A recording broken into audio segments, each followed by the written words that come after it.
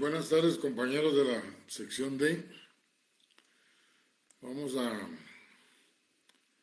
iniciar la clase del día de hoy con pocos alumnos. Veo que solo hay 17 compañeros. Sin embargo, vamos a iniciar de una vez porque si no, no me va a dar tiempo de explicar algunas partes, unas cosas del impuesto sobre la renta que les van a permitir a ustedes entender en mejor forma este impuesto. Lo primero es contarles que este impuesto tuvo su origen en el año de 1798 y su creador fue William Pitt, P-I-T-T, William Pitt, en Inglaterra. Y los motivos por los cuales crearon este impuesto fue para poder obtener recursos y subvencionar una guerra que sostenía en ese entonces Inglaterra con Francia. En Guatemala, ustedes si buscan en los libros antecedentes históricos van a encontrar otros países. Yo solo les estoy dando el primer impuesto sobre la renta y cómo surgió aquí en Guatemala. Aquí fue creado en el año de 1962 por primera vez mediante el decreto 1559 y fue en el tiempo del presidente José Miguel Ydígoras Fuentes. Ya sabemos que este es un impuesto que pretende gravar las ganancias. Y en la doctrina encontramos que hay tres formas de imposición. La primera que vamos a mencionar es el denominado sistema indiciario. Este sistema lo que nos dice es que se va a establecer las ganancias que tiene una persona mediante puras presunciones e indicios. O sea, no es la mejor forma de poder establecer cuánto es lo que una persona, un sujeto puede estar obteniendo de beneficios. Pero así es el sistema indiciario. No les voy a dar más explicaciones porque lo que pretendo es únicamente darles a ustedes lo más general. Luego está el sistema cedular y este sistema lo que pretende es distinguir las rentas según su origen. O sea, es un sistema de imposición real que grava las fuentes en forma separada. Y luego tenemos el sistema global. Grava todas las rentas, las echa en un canasto todas, no distingue su origen, las trata por igual. Guatemala se rige por un sistema de imposición cedular, porque de acuerdo a la Ley de Actualización Tributaria, que es donde está contenido el impuesto sobre la renta, hace una separación sobre las rentas de capital y las rentas del trabajo, como lo vamos a ver más adelante. O sea, está el sistema indiciario, el sistema cedular y el sistema global. El primero, puras presunciones e indicios para establecer las ganancias. El último no distingue el origen de las rentas, sino todas las pone en un conjunto y las grava a todas por igual. Y el sistema cedular, que sí hace una distinción atendiendo al origen de cada una de las rentas que tienen las personas. Y ese es el sistema que tiene nuestra legislación. Ahora bien, de acuerdo a nuestra legislación, en el pasado teníamos una ley del impuesto sobre la renta. En la actualidad, lo que tenemos es una ley llamada de actualización tributaria. Y esta ley de actualización tributaria contenida en el decreto 10-2012, no solo contiene el impuesto sobre la renta, sino también incluyó modificaciones y nuevos artículos de otras leyes, como lo pueden ustedes observar al final. Modificó la ley del impuesto de circulación de vehículos, también modificó el impuesto a la primera matrícula, y eso lo van a ver ustedes al final. También hizo reformas a la ley del impuesto al valor agregado. En lo que yo tengo de estar involucrado en esta materia tributaria, es la primera vez que veo que el impuesto sobre la renta lo dejen incluido dentro de una ley ordinaria, conjuntamente con otras ya existentes y que se modificaron. Aquí en la ley de actualización tributaria están creando un nuevo impuesto. Es cierto, toda su regulación es más moderna, pero el problema fue que lo dejaron incluido dentro de otras leyes. Y este impuesto sobre la renta, por lo tanto, no se puede decir ley del impuesto sobre la renta. Ley de actualización tributaria, donde está contenida la normativa del impuesto sobre la renta. Este impuesto en su artículo 1 deja bien claro que todas las personas jurídicas, todas las personas individuales, entes o patrimonios, sean nacionales o extranjeros, están sujetos a este impuesto. O sea, todos los que están dentro del territorio, en otras palabras, están obligados al pago. Pero además, se establece dos clases de renta en la teoría. Una renta denominada nacional y otra mundial. La renta mundial es la que pagan todas las personas residentes o domiciliadas en su país. Por ejemplo, todos los que están aquí en Guatemala pagan el impuesto de la renta, no importando el origen de las rentas, o sea, nacionales o extranjeros.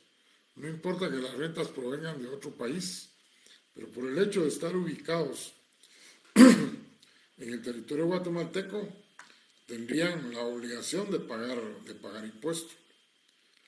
Sin embargo, la otra clase de renta es la nacional, y en esta la pagan solo los que están dentro del territorio de la República. Esa es la clase de renta que está regulada en nuestro ordenamiento legal, conforme al artículo 3. Les voy a ir mencionando en esta generalización de estas disposiciones legales el artículo. Entonces tenemos dos clases de renta, la nacional y la mundial. Nosotros nos regimos por la renta nacional según el artículo 3. Ya señalamos quiénes pagan o deben pagar el impuesto. Personas jurídicas o individuales, nacionales o extranjeras, entes u otros patrimonios. Está en el artículo 1. ¿Cuáles son las rentas? ¿Cuáles son las rentas que menciona el impuesto sobre la renta? Pues en el artículo 2 se regula las rentas de actividades lucrativas, las rentas del trabajo y las rentas de capital y las ganancias de capital. Ahora bien, En el artículo 4 se menciona todas las fuentes que pueden o están contempladas dentro de este impuesto. O sea, todo lo que está sujeto a pago de impuestos. O sea, el hecho generador de este impuesto sobre la renta. Cuando ya hablamos de las clases o categorías de rentas, es necesario que aclaremos que las rentas de actividades lucrativas se subdividen en dos. Las denominadas régimen sobre las utilidades de actividades lucrativas, que está regulada del artículo 18 al 42, y el régimen opcional simplificado sobre ingresos de actividades lucrativas. Este está regulado del artículo 43 al 53. ¿En qué se van a diferenciar estos dos regímenes?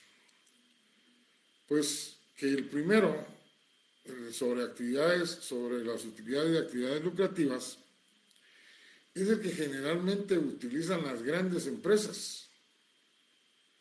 ¿Por qué? Porque las grandes empresas, las grandes industrias, tienen muchos costos de operación. Y entonces, a las rentas brutas que está regulado en el artículo 20, o sea, el total de los ingresos que tienen estas empresas, se le pueden restar todos los gastos que se mencionan en el artículo 21. Gastos o costos que tienen que ver con toda la actividad de esas empresas o industrias. O sea, a las rentas brutas les van a restar los gastos de energía, de agua, de pagos de salarios. Bueno, ahí tienen ustedes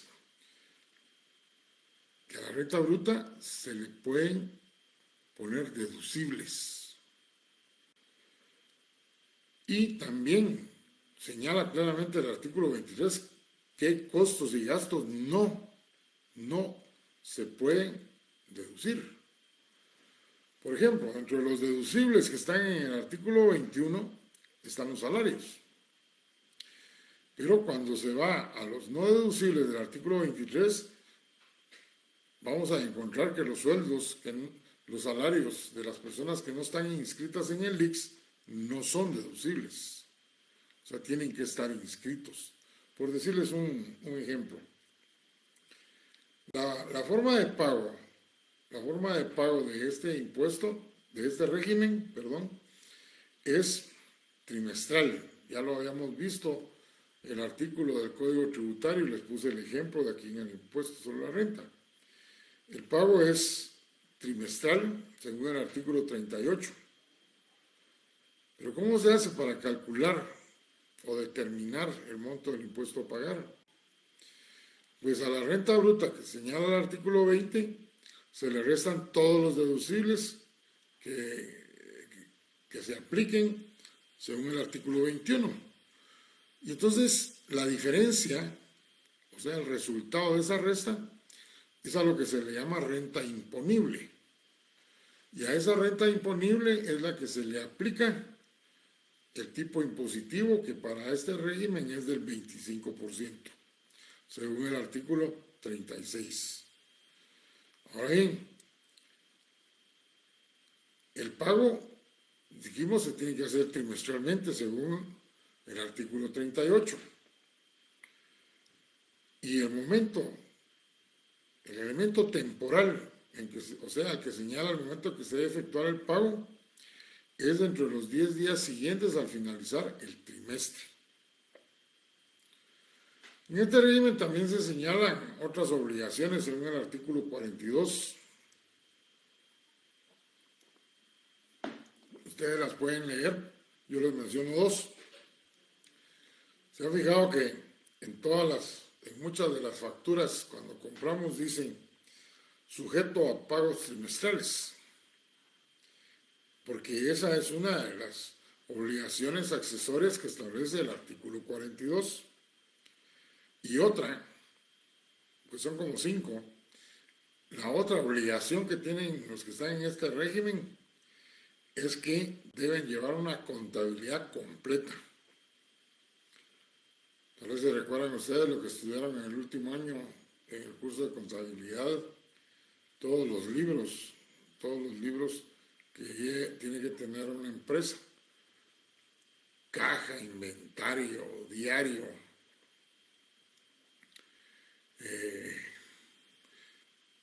ventas, compras. Bueno, no sé cuántos más han creado en la actualidad, pero esos son los que yo me recuerdo, de una contabilidad completa. Entonces, vemos que este régimen lo que le ofrece a los contribuyentes que están en él es sencillamente la oportunidad de restar todos los gastos que tienen de las rentas brutas, para que a esa renta imponible, que es el elemento cuantitativo que mencionábamos en la relación jurídico-tributaria, se le aplique la tasa impositiva, que es del 25%. Ahora bien, el otro régimen, el opcional simplificado sobre ingresos de actividades lucrativas, este es un régimen que la mayoría de profesionales se inscribe en el RTU, el Registro Tributario Unificado, por la sencilla razón de que la mayoría de las actividades profesionales como las nuestras, que solo prestamos servicios, no tenemos muchos costos que tengan que ver con el giro normal de nuestro negocio.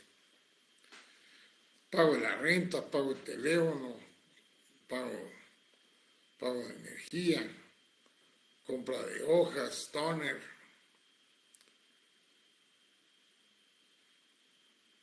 Son los gastos más generales. Pero costos de producción no tenemos ninguno. Entonces, por eso les decía yo en unas clases anteriores, ustedes el día de mañana que se gradúen tienen que inscribirse en este régimen simplificado. ¿Por qué? Porque es más sencillo. En primer lugar, no es un 25% el que se va a pagar, sino que es un 5% hasta 30,000 y el 7% el excedente de 30,000. Si mal no recuerdo, tenemos un ejemplo ahí en el laboratorio, ahí lo voy a explicar. Entonces, si ustedes tienen ingresos mayores de 35,000, por ejemplo, pues tiene un importe fijo según esa tabla que está ahí en el artículo 44 y tiene un importe fijo de 1,500, porque si ustedes multiplican 30,000 por 5% son 1,500. Entonces le está poniendo el máximo del 5% y esos otros 5,000, que es el excedente, solo le aplican el 7%. Y entonces la suma de eso es lo que ustedes van a pagar de impuesto. Están sujetos, desde luego, a retenciones y deben de pagar el impuesto dentro de los 10 días siguientes a concluir cada mes, o sea, una declaración jurada mensual según el artículo 49. Están sujetos a retenciones, deben de pagar dentro de los 10 días siguientes y hasta cuando termina el año tienen que hacer una declaración anual. Tienen que hacer una declaración anual donde van a reportar todos los ingresos. En esta declaración solo es de reportar ingresos y la contabilidad que se lleva solo es de el libro de compras y de ventas por el asunto del IVA, que es ahí donde quedan reflejados los ingresos y las declaraciones que ustedes presentan o deben presentar, pues sencillamente deben de coincidir tanto el IVA como el impuesto sobre la renta. Actualmente con esto de las facturas electrónicas se dieron muchas inconsistencias, pero porque la gente venía, los contribuyentes venían, llenaban la factura y si cometían un error, dejaban esa por un lado y hacían una nueva. Pero esa anterior con el error no la cancelaban, anulaban. Y en el sistema quedaba como un ingreso. Entonces la Administración Tributaria ha empezado a citar en el 2021 a estos contribuyentes que tienen estas inconsistencias. En el impuesto sobre la renta han declarado 20,000 quetzales y en el IVA declaran 20,000, pero como es en el IVA donde controlan las facturas, les dicen, no, usted no tiene 20,000, tiene 40,000, porque hay dos facturas que llenó y como tenían error las dejó y por los mismos montos suman 40,000. Entonces ahí hay que hacer rectificaciones y proceder a anular esas facturas, no dejarlas abiertas o vigentes como dice el sistema. Pero si se dan cuenta es mucho más sencillo y sobre todo la tasa impositiva, 5 hasta 30,000 y el 7 en el excedente, con una base de 1,500. Pero si no les llegara a gustar estar en este régimen simplificado, porque tienen muchos más ingresos y tienen muchos más costos, por ejemplo, solo de personal, ustedes en su oficina ya tienen 5 personas, una secretaria, una recepcionista, 2 asistentes o procuradores y un mensajero, y están pagando X, pues entonces ya tienen costos. Pero es necesario que notifiquen a la SAT que se van a cambiar de régimen. Pero el régimen solo se puede cambiar en el mes de diciembre, según el artículo 51.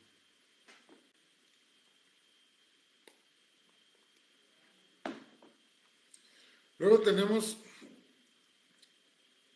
el otro régimen, que ya no tiene nada que ver con las rentas de actividades lucrativas, sino que lo vamos a encontrar en el artículo del 68 al 82. El hecho generador está en el artículo 68 y las exenciones están en el 70. Las rentas del trabajo en relación de dependencia son todos aquellos trabajadores que reciben salario, en otras palabras. ¿Sí? Los que están en una empresa trabajando o con el Estado, pero están en el renglón 029, en el caso del Estado, y con las empresas lo que tienen es un contrato de servicios, pues entonces el 029 y los que tienen un contrato de servicios no están dentro de este régimen de rentas del trabajo en relación de dependencia. Aquí solo los que tienen salario. Y cuando hacen sus declaraciones anuales, pues sí tienen derecho a deducir de las rentas brutas. Las deducciones que pueden hacer son, según el artículo 72, 48,000 quetzales de gastos personales, donaciones que puedan documentar, primas de seguro de vida, la cuota del IX, 12,000 quetzales de planilla del IVA y dos más que están por ahí que no las tengo presentes. Pero en este régimen sí se pueden hacer únicamente estos deducibles. ¿En qué varió con la ley del impuesto de la renta? Que la ley del impuesto de la renta anterior a los trabajadores sí les permitía como unos 22, 23 deducibles y actualmente los restringió. Los restringió y ningún sector que está bajo el régimen salarial interpuso ninguna acción de inconstitucionalidad porque se estaban violando muchos derechos de los trabajadores. Aquí vamos a encontrar el hecho generador en el artículo 68, las exenciones en el 70. La renta imponible ya queda determinada en el artículo 72. Y los tipos impositivos que se señalan dentro de este régimen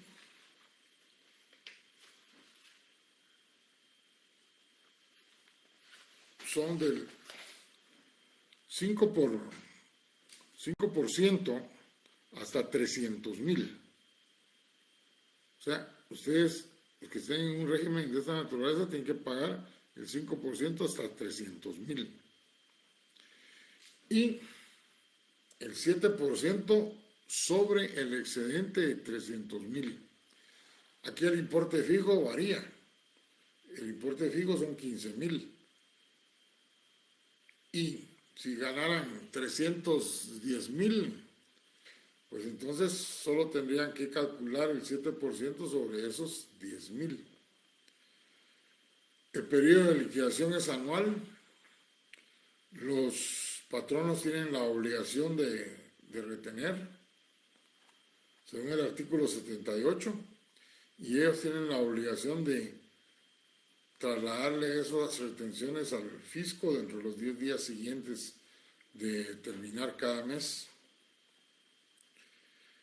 La obligación de retener es para trabajadores públicos y privados, según el artículo 75. Según el artículo 75, tienen tanto el Estado como el sector privado la obligación de retener. Y esto está considerado en el artículo 75. Luego vamos a encontrar también las exenciones que les mencionaba. Está el aguinaldo, el bono 14, la indemnización, pensiones por jubilación, entre otras.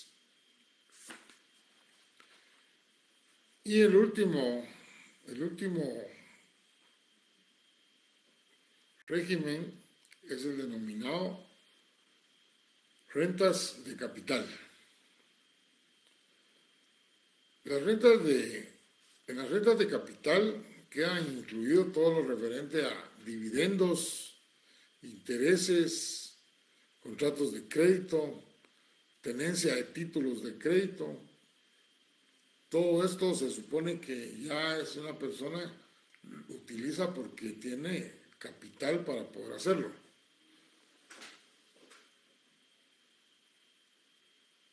No estoy diciendo,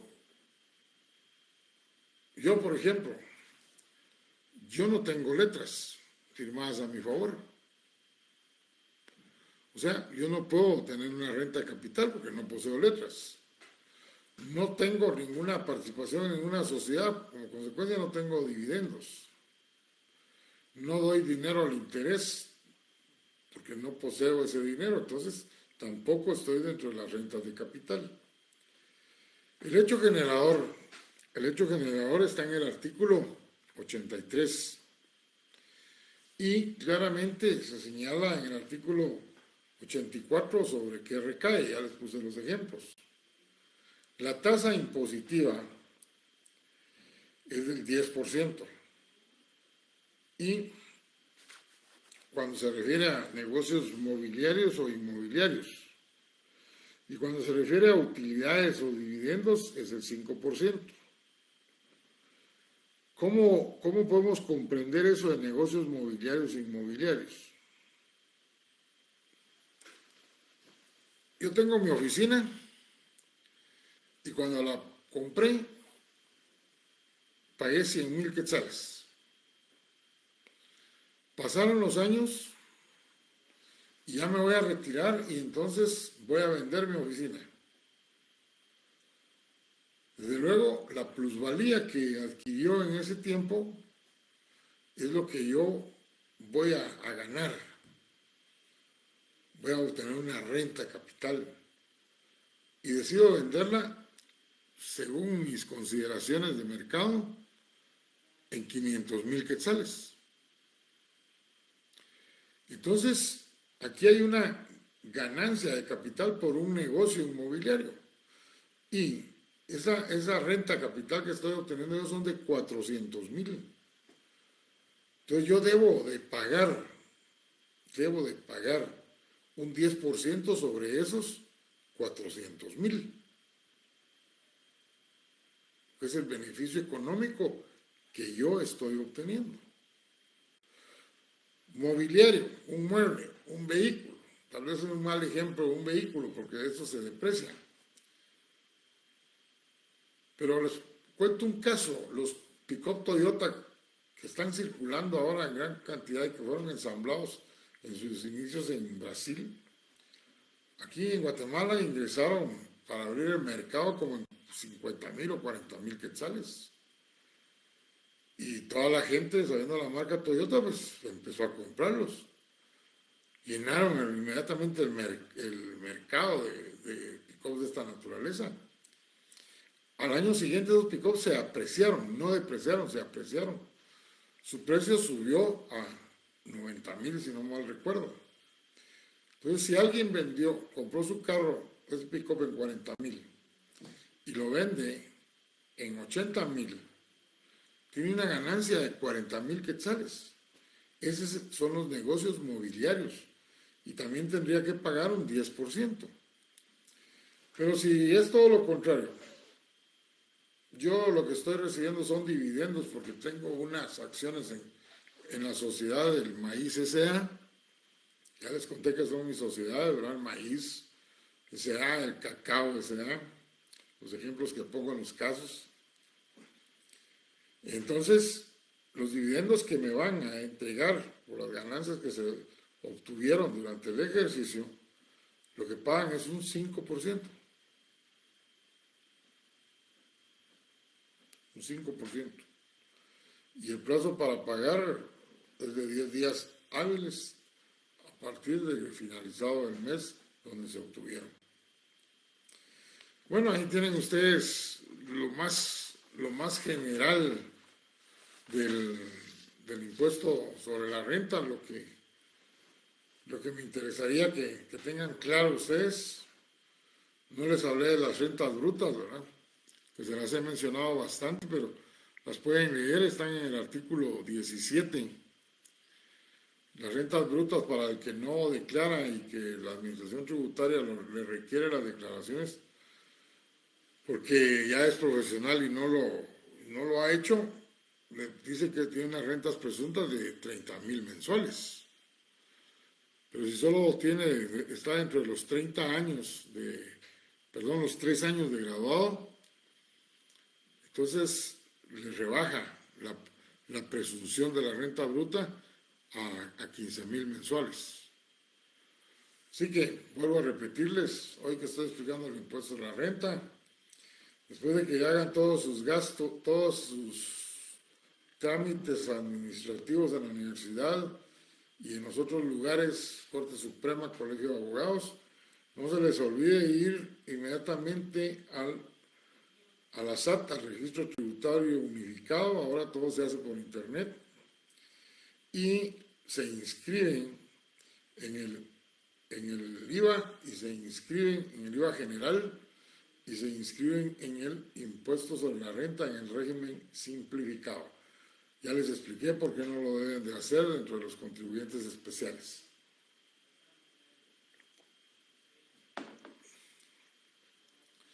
Si tienen papel y lápiz, apunten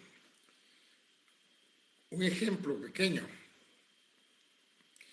de cómo se determinaría el impuesto a pagar dentro del régimen sobre utilidades de actividades lucrativas. Bueno, tenemos una renta bruta de 110,000 quetzales. Es lo que ustedes tienen que ir escribiendo en columna hacia abajo. Una renta bruta de 110,000. La cantidad de los salarios que pagan son 20,000 quetzales, 4 personas. Servicios legales, o sea, lo que le han pagado al abogado o al notario, 25,000 quetzales. Como han comprado equipo de cómputo y mantenimiento del cómputo, han gastado otros 25,000 quetzales. Y por arrendamientos de la oficina han pagado 20,000. ¿Cuánto les queda? Les quedan 20,000 quetzales. Esos 20,000 quetzales es la denominada renta imponible. La renta bruta fueron 110,000, todos los ingresos. Y la renta imponible es la resta de los deducibles que la ley permite a la renta bruta, en este caso fueron 20,000. Entonces esos 20,000 los van a multiplicar por el 25%, que es la tasa impositiva.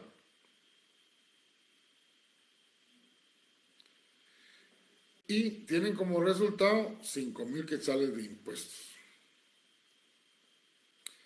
Pero como hicieron pagos trimestrales por 4,500, según el artículo 38, entonces a esos 5,000 le tienen que restar lo que ya le pagaron al fisco. Y les queda únicamente una cantidad de 500 quetzales, según su declaración. Y entonces eso sería lo único que tendrían que pagar cuando ha finalizado el ejercicio. Esto es un ejemplo para el régimen sobre actividades lucrativas. Ahora veamos un ejemplo sobre el régimen, tomando en cuenta el régimen simplificado. El régimen simplificado. Vamos a pensar en un abogado. Están escribiendo, ¿verdad? El abogado tuvo de ingresos en el mes de agosto 28,000 quetzales. Pero esos 28,000 quetzales es el monto total de las facturas que emitió. Entonces, ¿cómo hacen ustedes para saber cuál es el monto neto de sus honorarios? Bueno, pues los 28,000 los dividen entre 1.12 y les da como resultado 25,000 quetzales. ¿Por qué dividí entre 1.12? Porque le quité a los 28,000 el IVA que llevan cargadas las facturas. Y al dividirlo me da una renta bruta de 25,000, sin nada que ver con el impuesto del IVA. Muy bien. Esos 25,000 es el monto de las facturas sin IVA. Y como no pasó de 30,000, únicamente lo multiplico por 5,000 quetzales, por el 5%. 25,000 por el 5% me da como resultado 1,250. Entonces, eso es lo que yo tendría que estarle pagando al fisco mediante el sistema de Claraguate. Imprimo la forma 2000, voy al banco, y si estoy dentro del sistema de Bancasat, pues ni siquiera voy al banco, sino en el mismo sistema me va guiando cómo es que me van a debitar de mi cuenta. ¿Se fijaron? 28,000 lo divido entre 1.12, me da la suma neta 25,000, eso lo multiplico por el 5%, me da 1,250. Bueno, pero resulta que a uno de los que yo les facturé tenía la obligación de retenerme, y entonces me retuvo 200 quetzales. Eso ya es un dinero que yo pagué sobre esos 1,250. Entonces el formulario de Claraguate tiene una casilla donde dice menos retenciones. Entonces coloco en esa casilla los 200 quetzales y entonces ya el monto a pagar se redujo a 1050. Por eso les dije yo en una oportunidad que cuando a ustedes les hagan retenciones, tienen que estar detrás de ese cliente para que les mande por correo, por mensajero, como sea, pero que les mande el formulario donde consta que les retuvo los 200 quetzales. Es dinero en efectivo. Si el día de mañana llega la administración tributaria y los fiscaliza y encuentra esta declaración que estamos haciendo del mes de agosto y les dice, bueno, y la retención no está aquí entre la documentación, ay, de plano no me la dieron. Ese no me la dieron no es excusa. Les van a hacer ahí un ajuste para que paguen esos 200 quetzales que retuvieron y que no pudieron demostrar la retención. Por ahí me escribía una compañera, ¿cómo se hace cuando pasa de 30,000? Algo así creo que me preguntó. Bueno, otro ejemplo. Este es otro ejemplo, donde pasa de 30,000 los honorarios. En el mes de agosto facturó 50,400. La misma operación, para obtener los ingresos netos sin el IVA, dividido entre 1.12 y como resultado 45,000. ¿Ok? Entonces, yo tomo el importe fijo, 1,500. Y como dice que el excedente de los 30,000, el 7%, entonces multiplico el 15,000 quetzales por el 7% y el resultado son 1,050.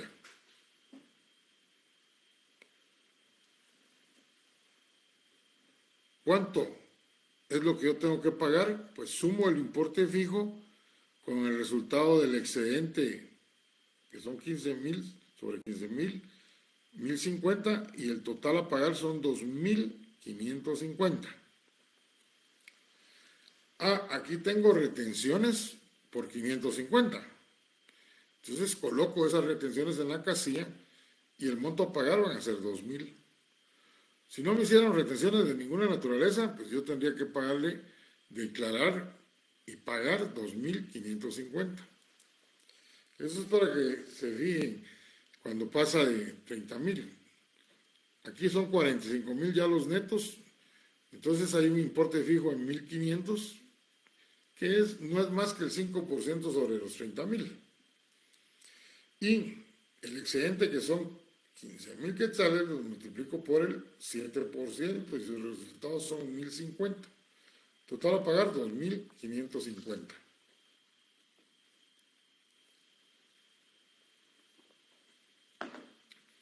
Y para que no se queden con la duda, en lo que se refiere al salario, a los que están en relación de dependencia, les voy a poner otro caso. Escriban.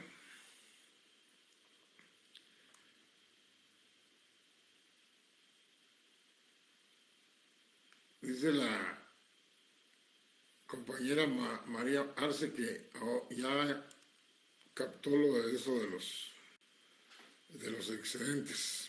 Muy bien. Veamos ahora en relación de dependencia. Don Rubén Martínez trabaja en la iniciativa privada y tiene un salario de 75,000 quetzales. Muy bien. Cuando hace su declaración, pues va a restar las deducciones que la ley le permite: gastos personales 48,000, los 12,000 que corresponden ¿cómo les decía yo? Los 12,000, tiene su nombre.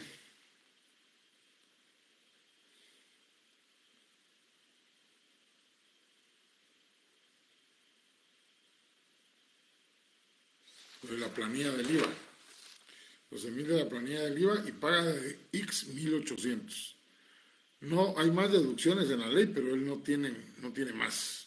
No tiene seguro, no ha hecho donaciones. Entonces de los 75,000 le resta los 48,000, los 12,000, los 1,800 y el resultado son 13,200. ¿Cuánto tendrían que haberle retenido a este señor durante el año? Pues 660, que es el resultado de multiplicar 13,200 por el 5%. ¿Y por qué el 5%? Porque no pasa de 300,000. Dice solo el 5%. Son 660. Y si ya se lo retuvieron, pues en su declaración solo va a presentar su declaración anual a cero. Porque ya consta de que él le hicieron las retenciones. Veamos ahora. Un trabajador que anualmente recibió 420,000 quetzales de salarios. Entonces, a esa renta total, a ese salario total, perdón, le va a restar los primeros 48,000 que gastos personales, los 12,000 de la planilla del IVA, tuvo descuentos del IX por 18,000. Este sí tiene plata para pagar seguro y resta los 24,000.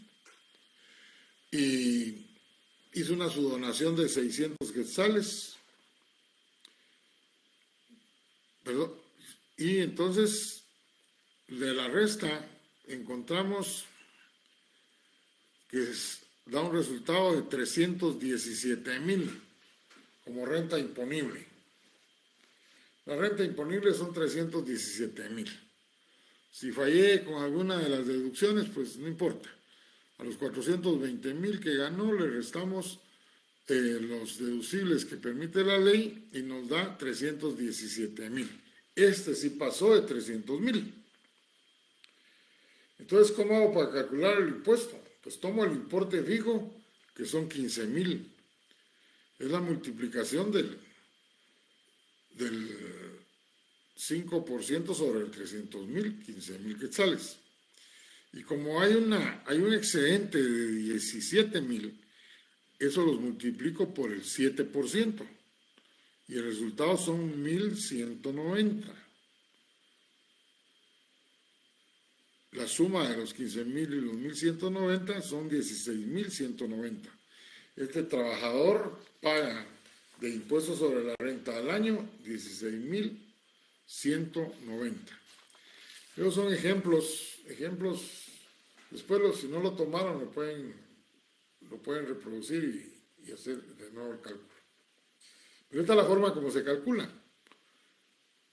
Ahora, en el caso, el primer régimen de utilidades, de actividades lucrativas, ahí no hay excedentes ni nada. Ahí a la renta bruta se le restan todas las deducciones que permite la ley y la renta imponible, que es el resultado, le multiplican por el 25%.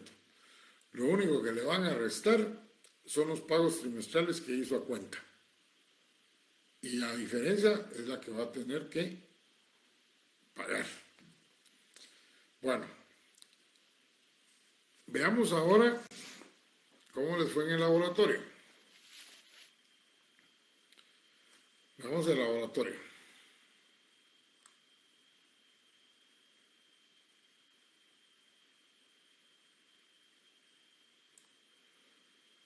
Dice un compañero que a partir de qué salario se paga, a partir de qué salario se paga el impuesto. No tiene ningún mínimo. Si usted ve,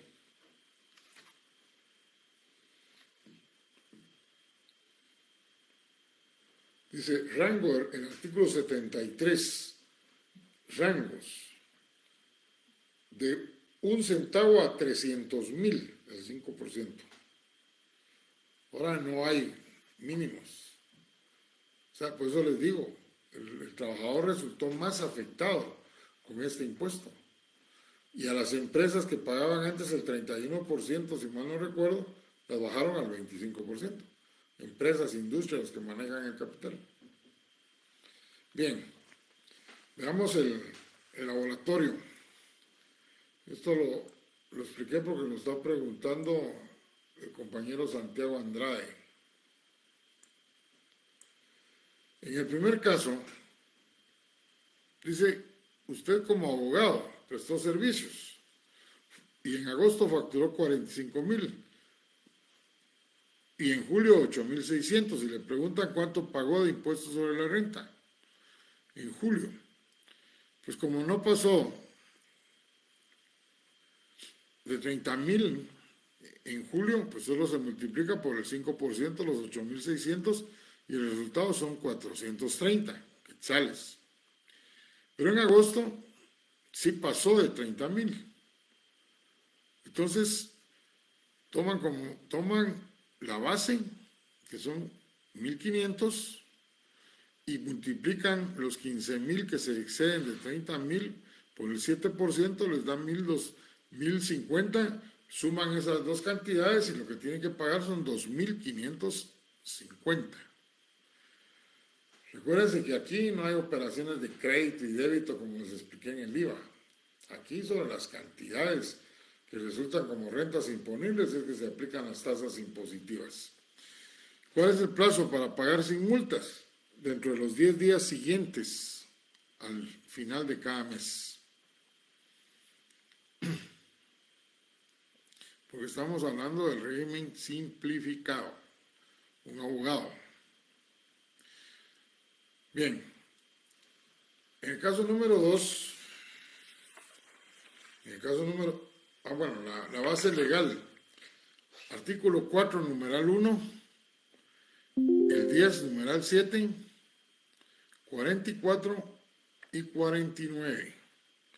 4, numeral 1, 10, numeral 7, 44 y 49. En el siguiente caso, usted trabaja en relación de dependencia en la universidad y en el INGUAT. Las dos entidades le depositan en el Banrural. En una gana 45, en la otra 50,000, 45,000 y 50,000. ¿A qué régimen está afecto? Dice, rentas del trabajo en relación de dependencia, artículo 68. ¿Cuál es el periodo de liquidación? Es anual, del 1 de enero al 31 de diciembre, artículo 74. ¿Le deben retener impuestos a la renta? Sí, artículo 75. En su caso, ¿cuánto paga a cada uno de los patronos? Ahí faltó la palabra paga, ¿verdad? En su caso, ¿cuánto paga a cada uno de los patronos? Pues no es pago, sino que le deben de retener. Y el que paga al fisco, es al que... A ver, se los explico de nuevo.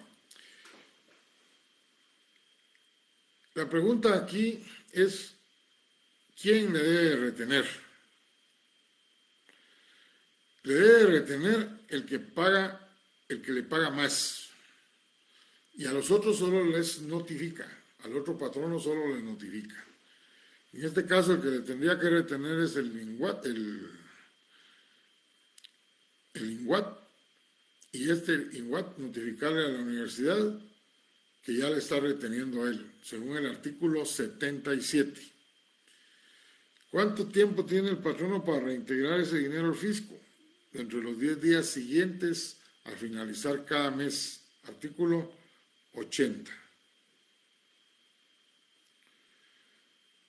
Caso número 3. Le notifican hoy un ajuste porque incluyó salarios de 5 trabajadores que no están incluidos en la planilla del IX. Esto les da conocimiento de que la SAT y el IX ya tienen un convenio donde se cruzan la información. Y entonces viene y le preguntan si es correcto el ajuste. Sí, según el artículo 22, numeral 3. El caso número 4 dice que hay una exportación a Japón por $390,000. pero no la reportaron en los libros contables. Lo auditan y el auditor le dice que sí, que tiene que estar incluido dentro de los libros, y entonces le hace el ajuste. ¿Tiene razón el auditor? ¿O quién tiene la razón? El auditor.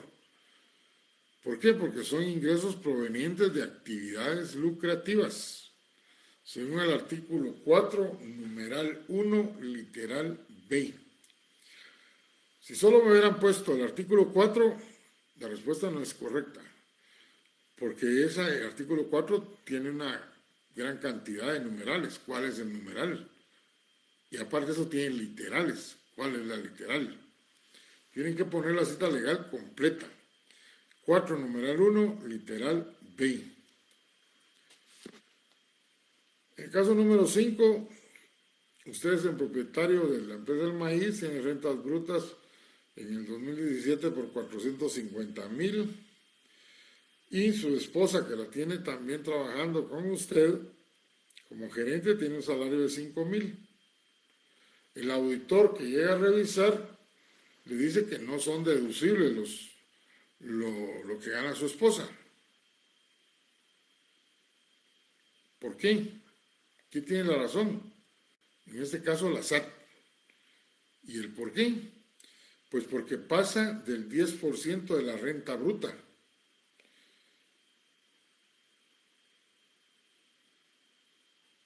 Que debiera de ser 45,000.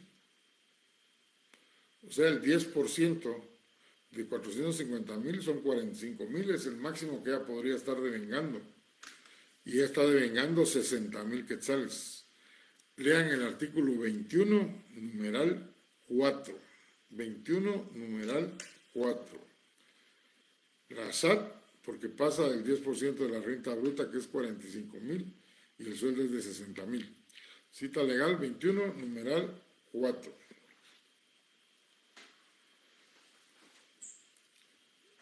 El penúltimo caso dice, el último caso, usted gana 8,000 mensuales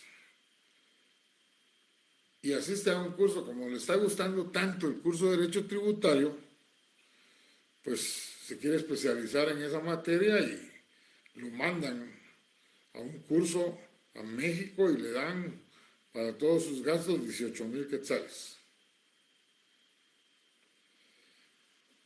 El auditor interno, no el tributario, el interno le dice que debe pagar impuestos sobre la renta porque no probó los gastos con facturas cuando regresó de México. Entonces la pregunta es, ¿afecta esta clase de gasto a este impuesto? La respuesta es no. Los que pusieron sí es porque no leyeron el artículo completo. ¿Tiene razón el auditor interno? No. ¿Por qué? Porque de acuerdo al artículo 70, numeral 4, está exento. No es con facturas que se prueba, sino con constancias de salida y entrada y copias de boletos del medio que utilizó para viajar. Por eso les vuelvo a insistir, deben de leer los artículos completos. Bueno, ahí tienen el laboratorio del impuesto de la renta. Si no les dio tiempo de contestarlo, pues vayan, terminen de contestar y después revisen las respuestas. Es el mejor consejo que les puedo dar.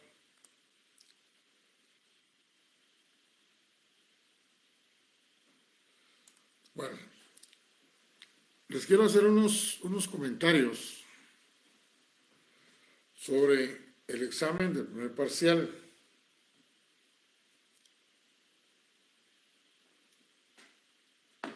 Yo no sé realmente qué pasa con algunos compañeros, no todos, pero sí un buen grupo. No están leyendo las leyes y se están dejando llevar por lo que otros compañeros les están diciendo que escriban. Y como que estos compañeros no son muy buenos amigos, porque me pude dar cuenta cuando califiqué que contestaban sí, está bien, monto a pagar tanto, pero en la cita legal, y el sí y el tanto están bien, pero en la cita legal les dan otros artículos y otra ley. Ahí es donde me doy cuenta que no está este estudiante contestando él el examen. Se lo están diciendo. Y las primeras dos literales se las dicen bien, pero la tercera, que es la cita legal, le dicen otros artículos y otra ley. Eso lo encontré en varios, pero cantidad de exámenes.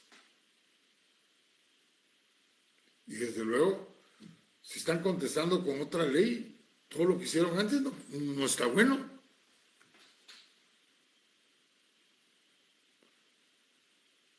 Les dije antes del primer parcial, señores, por favor, solo tienen que contestar con las leyes que se están evaluando.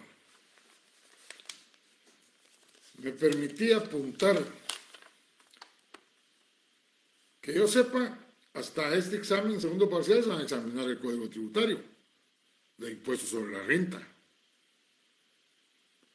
¿Cómo es posible que me estén respondiendo, pero gran cantidad de alumnos? No, es preocupante, porque no es 3, 4 alumnos que tal vez son de los que no reciben el curso y andan por ahí volando bajo, ¿no? Están desconectados. Pero muchos contestaron con la ley, con el impuesto sobre la renta, con el código tributario. Aunque no me lo crean, apunté todas las leyes que utilizaron. Código tributario, impuesto sobre la renta, código de notariado. Sé que les gustó esa ley del YUSI, pero no era para que me contestaran 2 o 3 casos con la misma ley. En los casos de compraventas cambiaron, en donde era el IVA pusieron el timbre y a la inversa.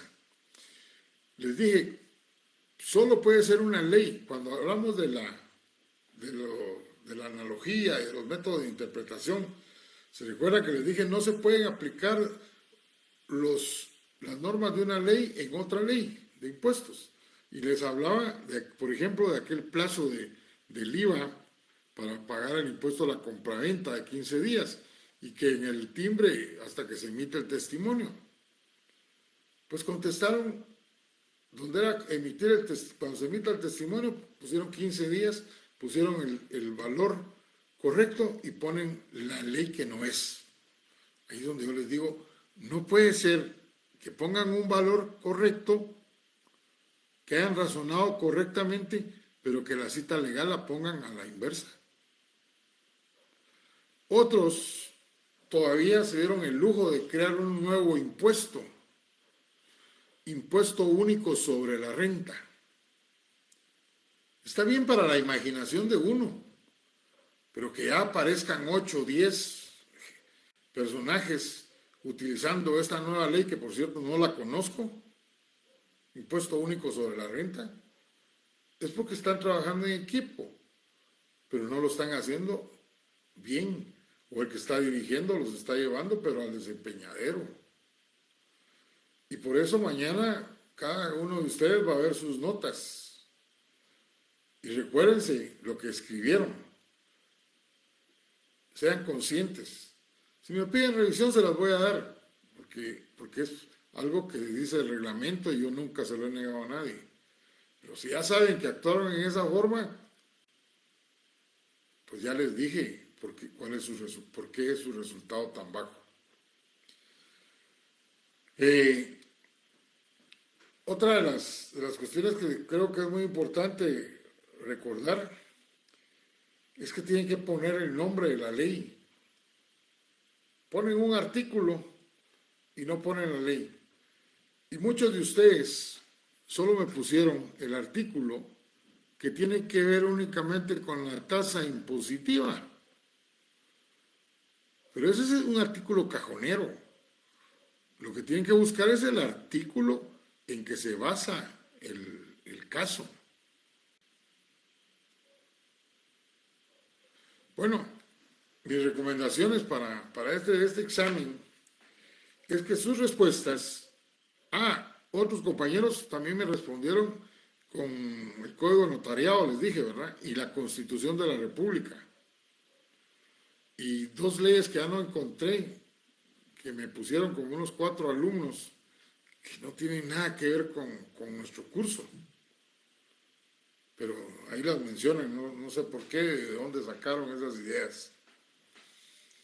Para este examen, la parte práctica, por favor, solo contesten con el Código Tributario, con el impuesto de la renta y con la Ley de Herencia, Legados y Donaciones.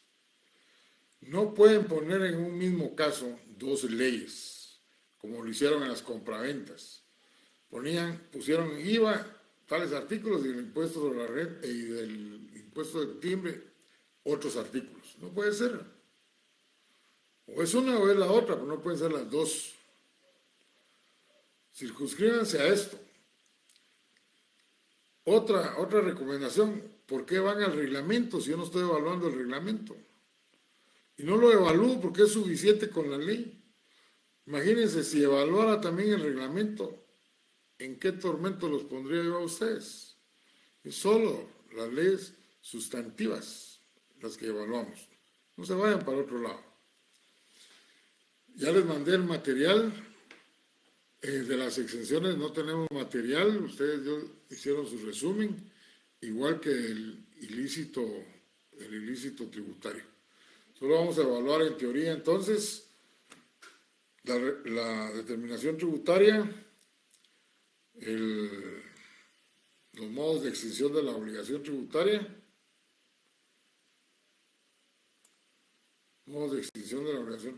las exenciones y el ilícito tributario. ¿Cuál es el código? Dice una compañera, Carla Orellana. Todavía no lo he puesto, pero la otra semana, más tardar el lunes, lo voy a publicar ahí aquí en nuestro grupo de Derecho Tributario 2022. Bueno, como se los dije en el primer parcial, no les deseo suerte porque esto no es cuestión de suerte. Esto es asunto de estudiar. Estudiar y estudiar. Así que todo les salga bien para su examen y nos vemos la otra semana, el día del examen. No digo la fecha porque no la tengo presente, pero ustedes ya vieron el calendario. Si alguien me lo recuerda aquí,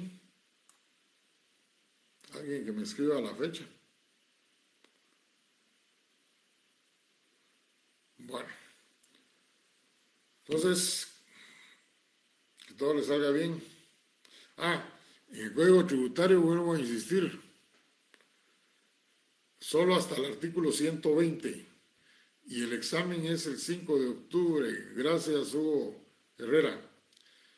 El lunes 3 de octubre empiezan con otro curso, si no estoy mal. El 5 de octubre estoy seguro que es el mío. 5 de octubre. Que tengan buena noche. Gusto saludarlos.